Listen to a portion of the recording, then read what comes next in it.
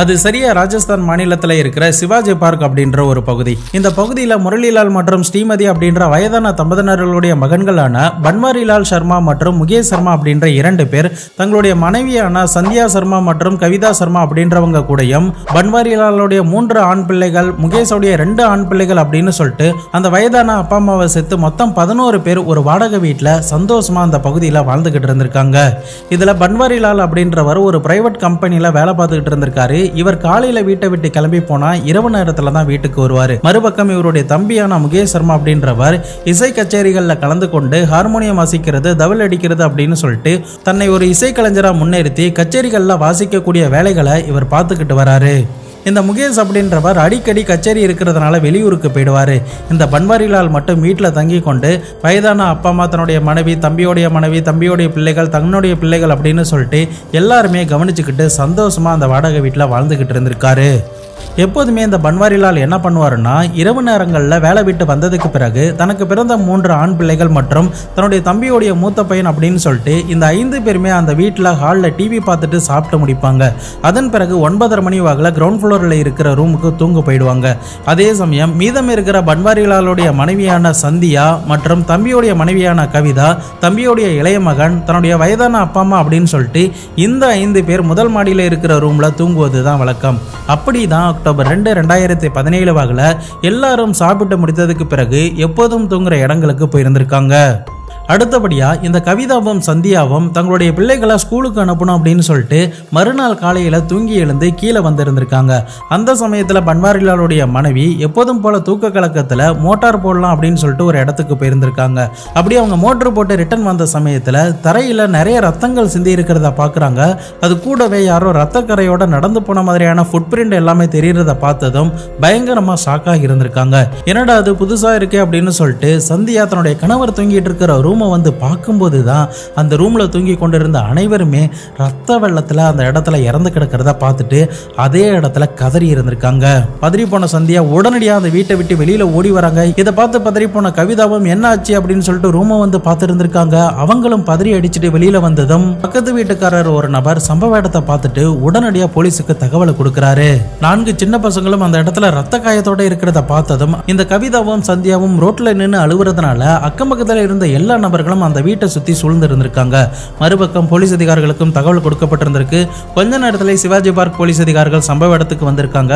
சம்பவ இடத்துக்கு வந்து பார்த்ததுக்கு பிறகு தங்களுடைய ஹையர் ஆபீசருக்கு கால் பண்ணி சொல்றாங்க. அதே சமயம் ரத்த காயத்தோட இருக்கிற பன்வாரிலால் அவருடைய மூத்த மகனான அம்மன் அப்படின்னு சொல்லிட்டு 2 பேருமே மூச்சு விடுற மாதிரி தெரிஞ்சதுனால உடனடியாக ஆம்புலன்ஸை வர வச்சு பக்கத்துல இருக்கிற கவர்மெண்ட் ஹாஸ்பிட்டலுக்கும் அனுப்பி வச்சிருந்திருக்காங்க. மருத்துவர்கள் 2 பேருமே சோதிச்சு பார்த்ததுல கொஞ்ச நேரத்துக்கு முன்னாடியே இவர்கள் 2 பேரும் இறந்து போயிட்டாங்க அப்படின்னு டிக்ளேர் பண்ணியிருந்திருக்காரு. தொடர்ந்து அந்த வீட்டுக்கு டாக் ஸ்குவாட், ஃபாரன்சிக் டிபார்ட்மெண்ட் அதிகாரிகள், பெரிய பெரிய ஹை ரேங்க்ல இருக்கிற ஆபீசர் அப்படின்னு சொல்லிட்டு எல்லாருமே சம்பவ இடத்துக்கு வந்திருக்காங்க. சுத்து வட்டாரத்துல இருக்கிற எல்லா பொதுமக்களும் அந்த இடத்துல கூடி இருந்திருக்காங்க. 18 வயது நிரம்பாத 4 சின்ன சின்ன பசங்க இறந்து போயிருக்கிறதுனால இந்த சம்பவம் அந்த இடத்துல பரபரப்பா பேசப்பட ஆரம்பிக்குது. அன்னைக்கு அந்த வீட்டில் அப்படி என்னதான் நடந்துச்சு, போலீஸ் அதிகாரிகளால அந்த வழக்கை சால்வ் பண்ண முடிஞ்சதா இல்லையா, எதனால இந்த சின்ன பசங்களை இந்த அளவுக்கு கொடூரமான முறையில குத்தி கொலை பண்ணணும், அப்படி அந்த சின்ன பசங்க என்னதான் தவறு பண்ணாங்க. 2017 ராஜஸ்தான் மாநிலத்தை உலுக்கிய ஒரு பயங்கரமான ஒரு திகிலான சம்பவத்தை பத்தி தான் இன்னைக்கான வீடியோல பார்க்க போறோம். வீடியோவை எந்த இடத்துலயுமே ஸ்கிப் பண்ணாம தொடர்ந்து பாருங்க. நிறைய இன்ட்ரெஸ்டிங்கான டீட்டெயில்ஸ் உங்களுக்காக காத்துக்கிட்டு இருக்கு.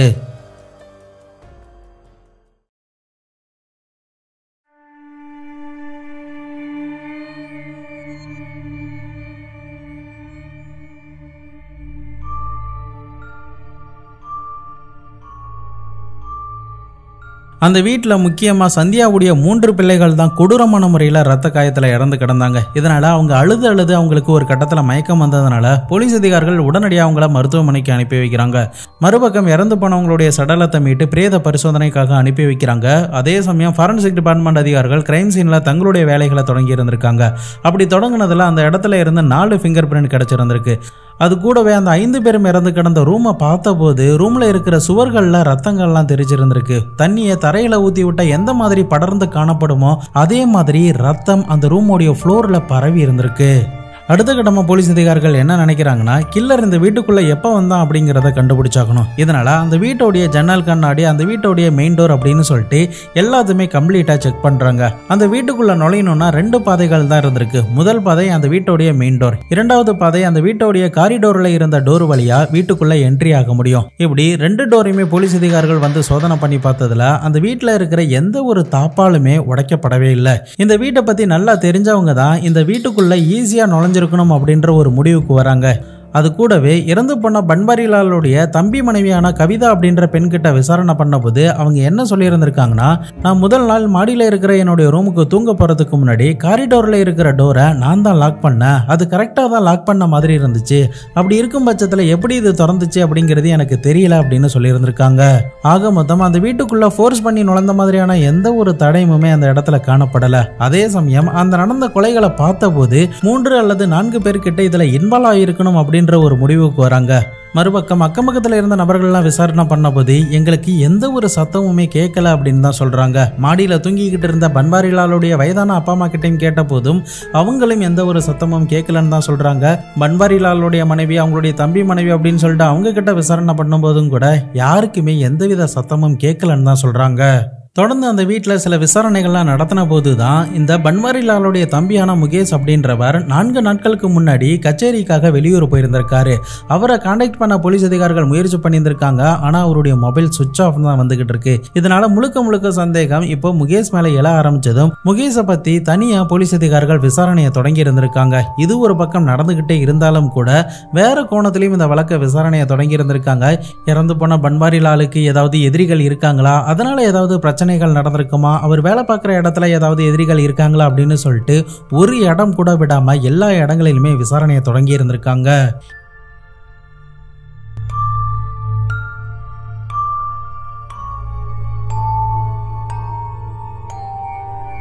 இறந்து போன இந்த பன்வாரிலால் சர்மா அப்படின்றவருக்கு சரியா 1999 தான் சந்தியா கூட திருமணம் ஆயிருந்திருக்கு. அதன் பிறகுதான் அமன் சர்மா, ஹப்பி சர்மா மற்றும் அஜு சர்மா அப்படின்ற 3 ஆண் குழந்தைகள் பிறந்திருக்காங்க. இதற்கு நடுவுல இவருடைய தம்பிக்கு மரண் பார்க்க ஆரம்பிச்சிருக்காரு. அப்போதான் இந்த சந்தியாவுடைய தங்கையான கவிதாவையே திருமணம் பண்ணி வைக்கலாம் அப்படின்ற ஒரு முடிவுக்கு வந்து 2005 முகேஷ் சர்மாவுக்கு திருமணம் பண்ணி வச்சிருந்திருக்காங்க. இந்த முகேஷ் மற்றும் கவிதாவுக்கு திருமணம் ஆனதுக்கு பிறகு நிக்கி சர்மா அப்படின்ற ஒரு மகனும் வினய் சர்மா அப்படின்ற ஒரு மகனும் பிறந்திருக்காங்க. இதுல வினய் சர்மா அப்படின்ற அந்த சிறுவன் பிறக்கும் போதே மன ரீதியா பாதிக்கப்பட்டிருந்ததுனால அந்த சிறுவனுக்கு தேவையான அடிப்படையான விஷயத்தை இந்த கவிதா தான் நாள்தோறும் பண்ணிக்கிட்டு இருந்திருக்காங்க. இறந்து போன இந்த பன்வாரிலால் அப்படின்றவர் பக்கத்துல இருக்கிற ஹேவல்ஸ் கம்பெனில கிரைன் ஆபரேட்டரா வேலை பார்க்கறாரு. அது கூடவே எலக்ட்ரீஷியனாவும் வேலை பார்த்துக்கிட்டு இருந்திருக்காரு. இவர் காலை நேரத்துல வீட்டுக்கு போனாருன்னா இரவு நேரத்துல தான் வீட்டுக்கு வருவாரு. அவர் வேலை பார்க்குற கம்பெனில அவருக்கு நிறைய வேலைகள் இருக்கும் அப்படின்னு சொல்லப்படுது. தொடர்ந்து இந்த குடும்பத்தார்களுடைய பேக்ரவுண்ட்லாம் விசாரணை பண்ணதுல இந்த சிவாஜி பார்க் அப்படின்ற இடத்துக்கு பன்வாரிலால் மற்றும் அவருடைய 3 பிள்ளைகள், மனைவி அப்படின்னு இந்த 5 பேரும் இந்த இடத்துக்கு 10 வருடங்களுக்கு முன்னாடியே வந்திருக்காங்க. ஆனா பன்வாரிலாலுடைய தம்பி குடும்பம் மற்றும் வயதான அப்பா அம்மா அப்படின்னு சொல்லிட்டு மீதம் இருக்கிற நபர்கள் 5 வருடத்திற்கு முன்னாடி தான் இந்த சிவாஜி பார்க் அப்படின்ற நகருக்கே வந்திருக்காங்க. இதுக்கு என்ன காரணமா இருக்கும் அப்படின்னு சொல்லி போலீஸ் அதிகாரிகள் விசாரணை பண்ணதுல தான் இவங்களுடைய பூர்வீக ஊரான ஒரு கிராமத்துல இவங்களுக்கு நிறைய நிலங்கள், சொந்த வீடுகள்லாம் இருந்ததாகவும் அங்க பங்காளிகளுக்குள்ள ஏற்பட்ட நில தகராறுனால தான் இவங்க இந்த ஊர்ல வந்து தற்போதைக்கு தங்கியிருக்காங்க, தங்களுடைய நிலங்களை குத்தகைக்கு விட்டுருக்காங்க அப்படின்ற ஒரு தகவலும் தெரிய வருது. இதனால பன்வாரிலாலுடைய சித்தப்பா, பெரியப்பா யாராவது இந்த சம்பவத்துல ஈடுபட்டிருப்பாங்களா அப்படின்னு சொல்லிட்டு அவர்களையும் விசாரணை பண்ணதுல அவர்கள் மேல சந்தேகப்படுற மாதிரியான எந்த ஒரு தடயமுமே அவங்களுக்கு கிடைக்காமலே போகுது. இந்த சமயத்துல தான் இறந்து போன 5 பேருடைய அட்டாப்சி ரிப்போர்ட்டும் வந்திருக்கு. அந்த அட்டாப்சி ரிப்போர்ட்டை போலீஸ் அதிகாரிகள் பார்த்ததுமே பயங்கரமா ஷாக் ஆகுறாங்க. அதற்கு காரணம் அவங்களுடைய உடம்புல பல இடங்கள்ல கண்ணா பின்னான்னு கத்தி இறங்கி இருந்திருக்கு. கழுத்து, வயிற்று பகுதி, நெஞ்சு பகுதி, கால் பகுதி, தொடை பகுதி அப்படின்னு சொல்லிட்டு எல்லா இடங்களிலுமே கண்மூடித்தனமா குத்தி இருந்திருக்காங்க. அதே சமயம் பன்வாரிலாலுடைய மூத்த மகனான அவனுடைய கையில மட்டும் ஒரு காயம் ஒன்று இருந்திருக்கு. அந்த காயம் எப்படி இருந்திருக்குன்னா, நம்மள ஒரு ஆள் வெட்ட வராரு அப்படி இல்லைன்னா குத்த வராரு அப்படின்னா நம்ம யதார்த்தமா கையால அந்த கத்தியை பிடிச்சா எந்த மாதிரியான ஒரு காயம் நீட்டா விழுமோ அந்த மாதிரியான ஒரு காயம் தான் அவனுடைய கையில விழுந்திருக்கு. அதே சமயம் அமன் 10ஆம் வகுப்புல நல்ல மார்க் எடுத்ததுனால அவனுக்கு அவங்களுடைய அப்பா ஒரு வெள்ளை கலர் சுசுகி ஸ்கூட்டர் ஒன்று வாங்கி கொடுத்துருந்துருக்காரு. அந்த ஸ்கூட்டர் சம்பவம் நடந்த வீட்டில் இருந்து காணாம போயிருந்திருக்கு. இதை பத்தி அக்கம் பக்கத்தில் இருந்த நபர்கள்கிட்டையும் விசாரணை பண்ண போது நாங்களும் அந்த ஸ்கூட்டரை பார்க்கவே இல்லை அப்படின்னு தான் சொல்றாங்க. இதனால கொலையாளி இவர்கள் அனைவரையுமே கொலை பண்ணிட்டு அந்த ஸ்கூட்டர்ல தப்பிச்சு போயிருக்கலாமா அப்படின்னு சொல்லிட்டு பல்வேறு இடங்கள்ல இருக்கிற சிசிடிவி காட்சிகளை போலீஸ் அதிகாரிகள் செக் பண்ணி இருந்திருக்காங்க. இந்த வழக்கை விசாரணை பண்ணுவதற்காக 5 ஸ்பெஷல் டீம் ஃபார்ம் பண்ணப்பட்டிருந்திருக்கு. இந்த 5 பேருமே வெவ்வேறு ஆங்கிளில் விசாரணையை தொடங்கி இருந்திருக்காங்க. தொடர்ந்து சுத்து வட்டாரம் முழுக்க இருக்கிற சிசிடிவி காட்சிகள்லாம் செக் பண்ணி பார்த்ததுல எந்த ஒரு தடயமுமே அவர்களுக்கு கிடைக்காமலே போகுது. மறுபக்கம் பிரேத பரிசோதனைகளாக முடிந்ததுக்கு பிறகு அந்த 5 பேருடைய சடலத்தை அந்த குடும்பத்தார்கள் கிட்ட ஒப்படைச்சிருந்திருக்காங்க. அவர்கள் அந்த 5 பேருடைய சடலத்தையும் தங்களுடைய சொந்த கிராமத்துக்கு எடுத்துட்டு போயிட்டு அவங்களுடைய சடங்கு முறைப்படி எரிச்சிருந்திருக்காங்க. இப்படி இந்த 5 பேருடைய இறுதி சடங்குக்கு கூட பன்வாரிலாலுடைய தம்பியான முகேஷ் சர்மா வரவே இல்லை. இதனால முழுக்க சந்தேகம் முகேஷ் மேல பாய ஆரம்பிச்சதும் அவரை பத்தியும் அவருடைய கால் டீட்டெயில்ஸ் அப்படின்னு சொல்லிட்டு எல்லாத்தையுமே செக் பண்ணி இருந்திருக்காங்க. இப்படி இந்த விஷயங்கள்லாம் ஒரு பக்கம் நடந்துகிட்டே இருக்கிற சமயத்துல தான் போலீஸ் அதிகாரிகளுக்கு ஒரு விஷயம் ஸ்ட்ரைக் ஆக ஆரம்பிக்குது. அது என்னன்னா, சம்பவம் நடந்த ரூம்ல 5 பேர்கிட்ட தூங்கிட்டு இருந்திருக்காங்க. ஆனா அம்மனுடைய கையில மட்டும்தான் தடுப்பதற்கு உண்டான அந்த காயங்கள் இருந்திருக்கு. மற்ற நபர்கள் கிட்ட யாருக்கிட்டுமே அந்த காயங்கள் இல்லை. அதே சமயம் அக்கம் பக்கத்துல விசாரணை பண்ண போது யாருக்குமே எந்த ஒரு சத்தமுமே கேட்கல அப்படின்னு சொல்றாங்க.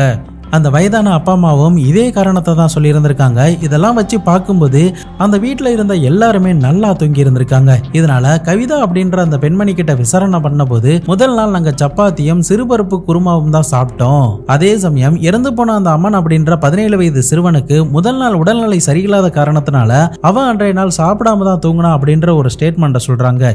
ஆக மொத்தம் அந்த வீட்டில் இருந்த அனைவரும் முதல் நாள் ஏதோ ஒன்று சாப்பிட்டு இருந்திருக்காங்க. அவங்க சாப்பிட்ட சாப்பாட்டுல தான் ஏதோ ஒன்று கலக்கப்பட்டிருக்கு அப்படிங்கிறதுனால மருத்துவர்களை வர வச்சு அதற்கு உண்டான சாம்பிள்ஸ் எல்லாமே அந்த குடும்பத்தார்கள் கிட்ட இருந்து எடுக்கப்பட்டு அதை லேபுக்கும் அனுப்பி வச்சிருந்திருக்காங்க.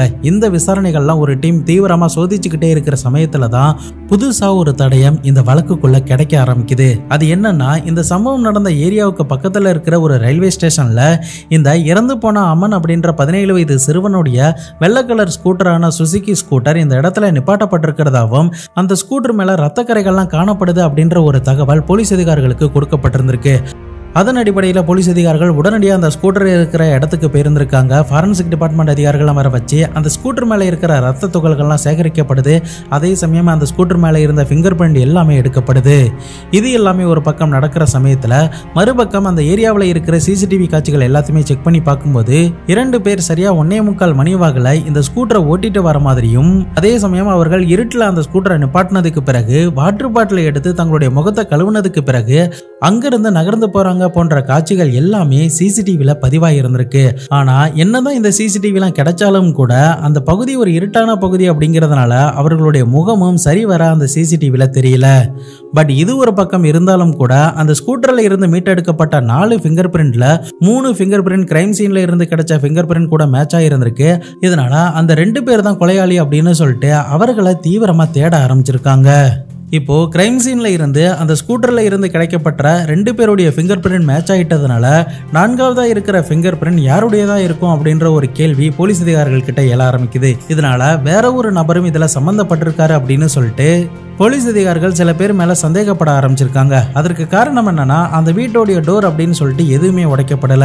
உள்ள இருந்து யாரோ ஆக்சஸ் பண்ணி இருந்திருக்காங்க. அதனாலதான் இந்த கில்லர் உள்ள வந்திருக்கணும். அதே சமயம் முதல் நாள் சாப்பிட்ட சாப்பாட்டுல மயக்க மருந்து கலக்கப்பட்டிருக்கு அப்படிங்கறத மருத்துவர்கள் கொடுத்ததுனால இந்த வீட்டுல இருக்கிற நபர்கள்ல ஒருத்தர் தான் மெயினா இந்த சம்பவத்துல இறங்கி இருக்காங்க அப்படிங்கிறது தெரிய வருது. இதனால இப்போதைக்கு உயிரோட இருக்கிற சந்தியா, கவிதா மற்றும் பன்வாரிலாலுடைய அப்பா அம்மா, வெளியூர் போன முகேஷ் அப்படின்னு சொல்லிட்டு எல்லாருமே விசாரணை வேலைக்குள்ள கொண்டு வந்திருக்காங்க.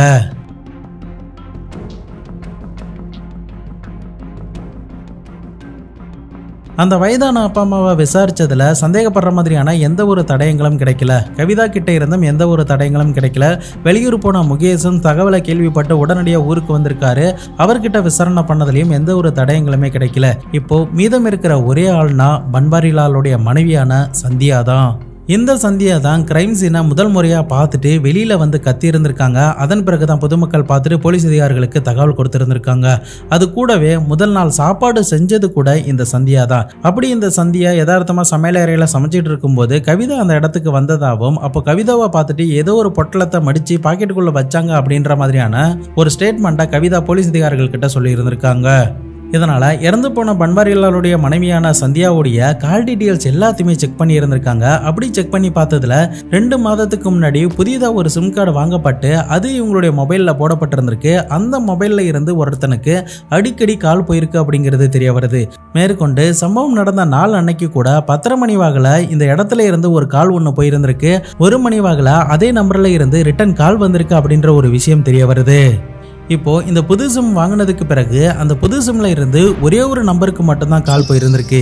சம்பவம் நடந்த நாள் அன்னைக்கு கூட அந்த புது நம்பர்ல இருந்து தான் இந்த பெண்ணுடைய புது நம்பருக்கும் கால் வந்திருக்கு. அந்த 2 சிம் கார்டோடைய அட்ரஸை செக் பண்ணி பார்த்ததுல ஒரே ஃபேக்கான அட்ரஸ்ல தான் வாங்கப்பட்டிருந்திருக்கு. ஒரே நாள்ல தான் வாங்கப்பட்டிருந்திருக்கு. ஒரே நாள்ல தான் ஆக்டிவேஷனும் ஆயிருந்திருக்கு. அதே சமயம் இந்த சந்தியாவுடைய நம்பர்ல இருந்து இந்த புது சிம் வருவதற்கு முன்னாடி ஹனுமன் பிரசாத் அப்படின்ற ஒரு பையனுக்கு தான் அடிக்கடி இவங்க கால் பண்ணியிருக்காங்க அப்படிங்கிறதும் தெரிய வருது. இப்போ இந்த புதிதா வாங்கப்பட்ட 2 புது சிம்முமே இவர்கள் 2 பேருடைய மொபைல்ல தான் போடப்பட்டிருக்கிறதுனால இப்போ ஹனுமன் பிரசாத் தான் முக்கியமான குற்றவாளி அப்படிங்கிற ஒரு விஷயத்தை போலீஸ் அதிகாரிகள் கண்டுபிடிச்சிடுறாங்க. இதனால இந்த ஹனுமன் பிரசாத்தோடைய சொந்த ஊரான உதய்பூர் அப்படின்ற பகுதிக்கு போயிட்டு அவனை உடனடியாக கைது பண்ணி கஸ்டடியில எடுத்து அவங்களுடைய ஸ்டைல விசாரணை பண்ணும்போது தான் நடந்த உண்மைகள் எல்லாத்தையுமே ஒத்துக்கொள்ளவும் செய்யறான். மறுபக்கம் இந்த சந்தியாவையும் கைது பண்ணி அவங்களுடைய ஸ்டைல விசாரிச்சிருந்திருக்காங்க. 2 பேருமே போலீஸ் அதிகாரிகளுடைய அந்த மென்டல் டார்ச்சர் தாங்க முடியாம உண்மைகள் எல்லாத்தையுமே கக்கி இருந்திருக்காங்க.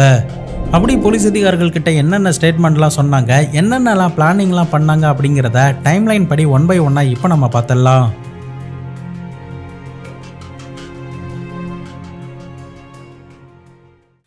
இந்த சந்தியா பன்வாரிலாலை திருமணம் பண்ணுவதற்கு முன்னாடி அவங்களுடைய வீட்டில் வசதியாக தான் இருந்திருக்காங்க. ஆனால் பன்வாரிலால் ஒரே கம்பெனியில் நீண்ட நாட்களாக வேலை பார்த்துக்கிட்டு இருந்திருக்காரு. இதனால அவருக்கு அதிகப்படியான வருமானம் அப்படின்னு சொல்லிட்டு எதுவுமே கிடையாது. இந்த வருமானத்தை வச்சு எப்படி வாழ்க்கை முழுக்க ஓட்டுறது அப்படின்ற ஒரு பயம் இந்த சந்தியாக்குள்ள எழ ஆரம்பிக்குது. இதனால நாம ஏதாவது புதுசாக பண்ணி பணக்கார லைஃப் வாழ்வதற்கு உண்டான வழிமுறைகளை ஏதாவது பண்ணலாம் அப்படின்னு சொல்லிட்டு இந்த சந்தியா கொரியன் கராத்தே கிளாஸுக்கு போயிருந்திருக்காங்க. அங்கே இந்த வித்தைகள்லாம் கற்றுக்கிட்டதுக்கு பிறகு புதுசாக இவங்களே ஒரு ட்ரைனிங் சென்டர் ஆரம்பிச்சு சில குழந்தைகளுக்கு ட்ரெயின்லாம் பண்ணி இருந்திருக்காங்க. அதன் மூலமா கிடைக்கிற வருமானத்தை தன்னுடைய குடும்பத்திலையும் செலவிட்டு இருந்திருக்காங்க. இப்படியே இவங்களுடைய வாழ்க்கையிலையும் எந்தவித பிரச்சனையுமே இல்லாம போய்கிட்டு இருந்த சமயத்துல தான் சரியா 2015 உதய்பூர் அப்படின்ற பகுதியில இந்த ஹனுமன் பிரசாத் அப்படின்றவன் இவங்க கிட்ட ட்ரைனிங் எடுப்பதற்காக வந்திருந்திருக்கான். இந்த சந்தியா இந்த ஹனுமனை விட 10 வயது கிட்ட மூத்தவங்க. ஆனாலுமே இவர்கள் 2 பேருமே நெருங்கி பழகி இருந்திருக்காங்க.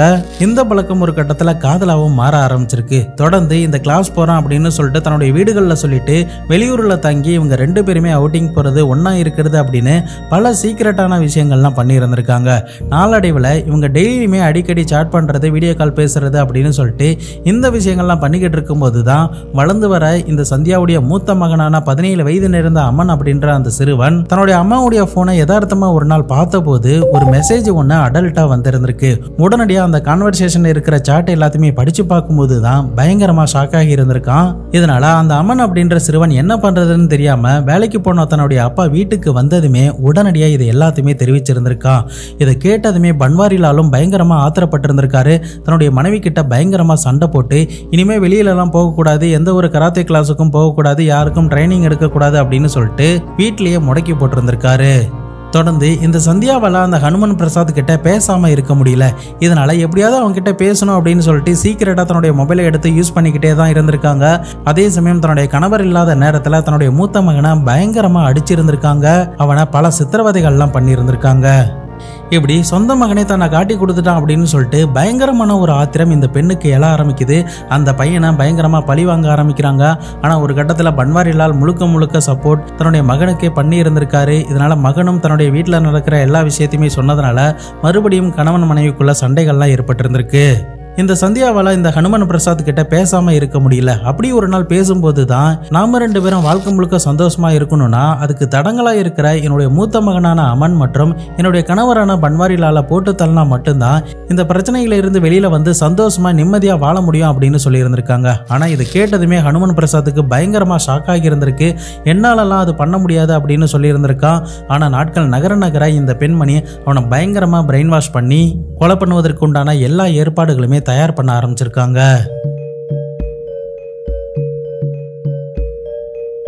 அதன் அடிப்படையில் தான் சந்தியா வீட்டிலேயே சில விஷ மருந்தெல்லாம் கலந்து தன்னுடைய கணவனையும் தன்னுடைய மகனையும் கொலை பண்ண எவ்வளவோ பிளான் பண்ணி இருந்திருக்காங்க. ஆனால் அது எல்லாமே ஃபெயிலியரில் தான் முடிஞ்சிருந்திருக்கு.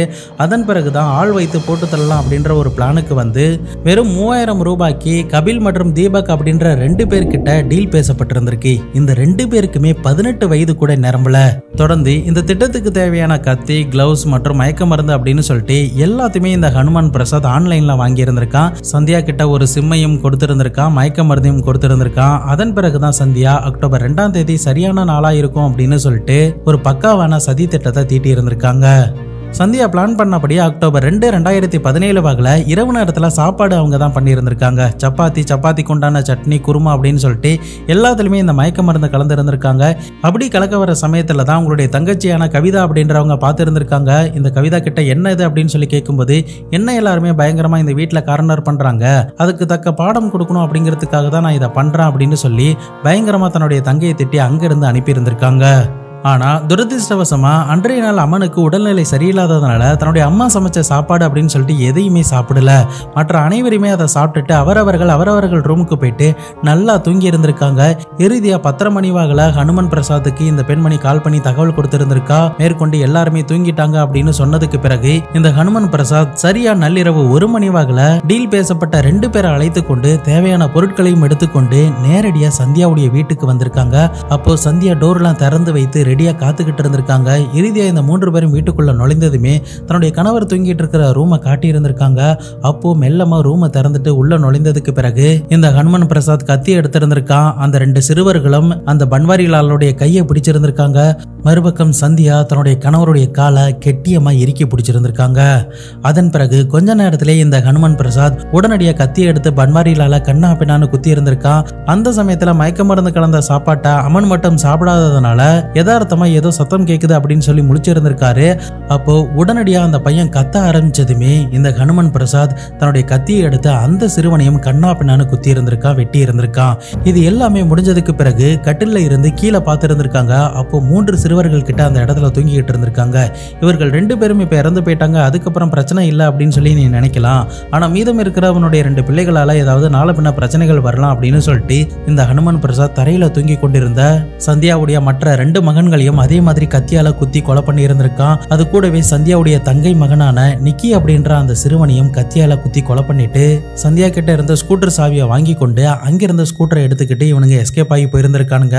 இந்த ஹனுமன் பிரசாத் அப்படின்றவன் தன்னுடைய ஊருக்கு போயிருந்திருக்கான். மீதம் இருக்கிற மற்ற 2 பசங்களான தீபக் மற்றும் கபில் அப்படின்ற 2 பேரும் அந்த ஸ்கூட்டரை எடுத்துக்கொண்டு ரயில்வே ஸ்டேஷன் கிட்ட போயிருந்திருக்காங்க. அதுக்கு முன்னாடி ஹனுமன் பிரசாத் கிட்ட இருந்து தேவையான பணத்தெல்லாம் வாங்கி இருந்திருக்கானுங்க.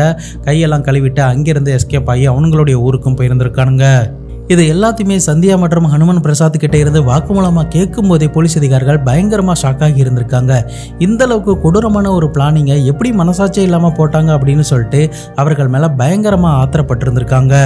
அடுத்த கட்டமா மைனரா இருக்கிற அந்த தீபக் மற்றும் கபில் 2 பேரை கைது பண்ணி சிறார் ஜெயில அடைச்சிருந்திருக்காங்க. அதே சமயம் சந்தியா மற்றும் ஹேமந்த் பிரசாத்துக்கு எதிராக இருக்கிற ஆதாரங்கள் எல்லாத்தையுமே திரட்டி கோர்ட்ல சார்ஜ் ஷீட்டும் ஃபைல் பண்ணி இருந்திருக்காங்க. தன்னுடைய சொந்த அக்காவே தன்னுடைய மகனை இப்படி கொலை பண்ணிட்டான் அப்படின்னு சொல்லிட்டு பயங்கரமா கவிதாவும் தன்னுடைய அக்காவான சந்தியா மேல ஆத்திரப்பட்டிருந்திருக்காங்க. அந்த குடும்பத்தார்கள் எல்லாருமே சந்தியாவை வெறுத்திருந்திருக்காங்க. போலீஸ் அதிகாரிகள் இவர்கள் 2 பேருக்கும் எதிராக 77 ஆதாரம், 369 பக்கம் இருக்கிற டாக்குமெண்ட், 70 ஆர்டிக்கல் அப்படின்னு சொல்லிட்டு எல்லாத்தையுமே தங்களுடைய சார்ஜ் ஷீட்ல சேர்த்து குற்றத்தை நிரூபிச்சிருந்திருக்காங்க. இதனால சரியா நீதிமன்றம் மார்ச் 21, 2023 வாக்குல இவர்கள் 2 பேருக்கும் எதிராக போடப்பட்ட ஐபிசி செக்ஷன் 302, 201, 120B, 460 அப்படின்ற பிரிவுகளின் கீழே குற்றங்கள் அனைத்தும் நிரூபிக்கப்பட்டதனால வாழ்நாள் முழுக்க இவங்க சிறையில தான் இருக்கணும் அப்படின்னு சொல்லி ஒரு தீர்ப்பை ஒன்று வழங்கியிருந்திருக்காங்க. அது கூடவே 50,000 அபராதமும் போடப்பட்டிருந்திருக்கு. தற்போதைக்கு இந்த 2 கொடூர மிருகமும் ஜெயில தான் கம்பி எண்ணிக்கிட்டு இருக்கு.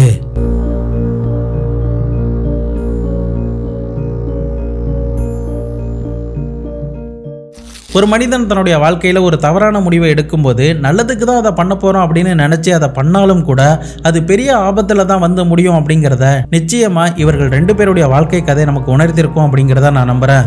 என்னையை பொறுத்த வரைக்கும் எந்தவித தவறுமே பண்ணாத அநியாயமாக இந்த 5 பேரையும் கொலை பண்ணது மன்னிக்க முடியாத குற்றம் தான் நான் சொல்லுவேன்.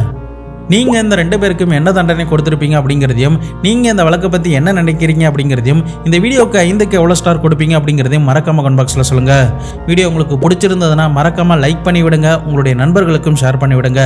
நம்ம சேனலுக்காக உருவாக்கப்பட்ட இன்ஸ்டாகிராம் டெலிகிராமில் ஃபாலோ பண்ணாதவங்க ஃபாலோ பண்ணிக்கோங்க, ஜாயின் பண்ணாதவங்க ஜாயின் பண்ணிக்கோங்க. நாளை மறுநாள் வேற ஒரு கிரைம் கேஸோட வேற ஒரு வீடியோவில் உங்களை வந்து சந்திக்கிறேன். அது வரைக்கும் உங்களோட விடைபெறுவது உங்கள் பாபு சங்கர்.